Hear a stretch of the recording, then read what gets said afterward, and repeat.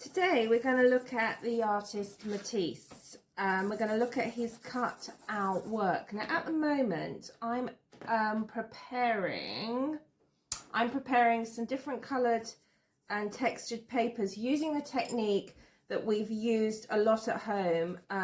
So I feel that you're already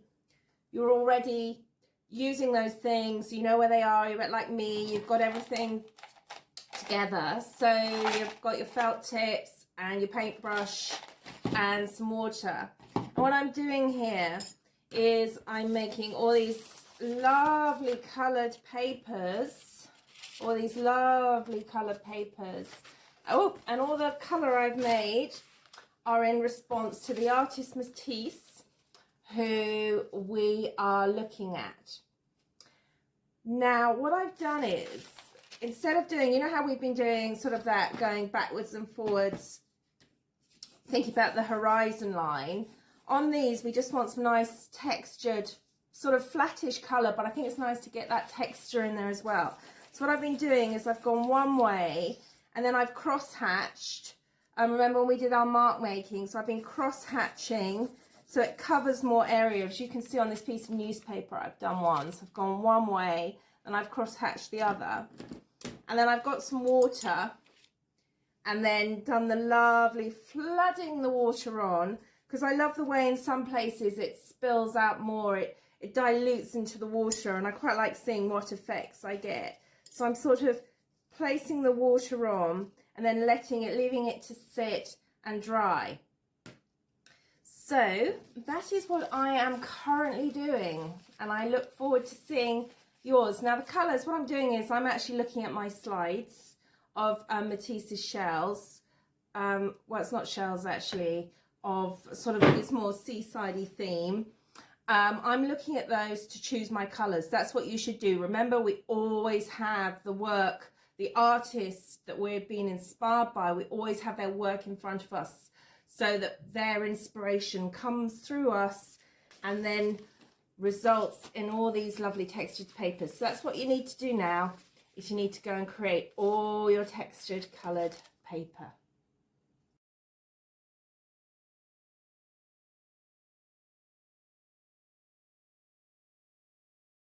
Once I've created all of my paper in response to Matisse, what I've done now is I have, I've got my own shells, so I've got them out in front of me, but also on the slide you have some photographs of shells. What I want you to do is I want you to look at the shells, and I want you to hold your paper, choose one of your papers. I've got this nice piece of newspaper, and you do not draw the shell on first, you're going to draw with scissors.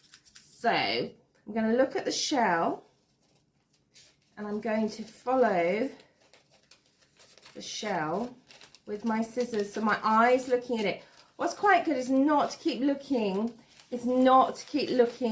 at what you're drawing, with scissors, is actually to look, follow the lines, do not let your, so then I've got this lovely shape of a shell.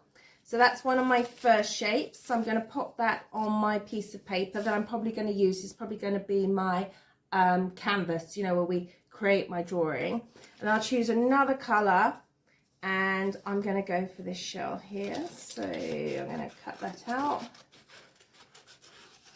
Nice, lovely big shapes. And then this is my other shape, and I should place that next to that, because once I've got all my shapes I can start to put together my collage. So I've got my, I've started to collect my shapes. I just thought I'd go through where I got some of my shapes. So I have put some shells in front of my slides that I've got as well. But I'm going to do some photographs of those so you can use them if you don't have shells at home. But as you can see, I've got my shape from here. And then this is quite interesting. And what I did was I looked at the swirls on this shell here. And then I sort of cut them out Matisse style, looked at how he had created his shapes. So I'd sort of got these lovely swirls. And then also I really liked, when I did this one here, I really love the negative the negative shape that's left. So we've got the positive shape here. I really loved this, so I'm going to use that as well in my collage. I'm just building things up. Now these little sort of paper cards, what I've done is I've used for my inspiration to get those shapes. I've just taken them following the lovely lines here that are on the shell. So everything that I'm creating is coming from looking at the shells. I'm not making it up. I've obviously got inspiration from Matisse, but I don't want to just copy his paper cuts. I want to create my shapes from my shells. So this one I got from this one, actually, the sort of lumps and bumps on there. So I cut these out to represent these bumps here. So what I've got is I'm building up this wonderful, wonderful array of different shapes, because then what I'll do is I'll start to put them together and create my composition.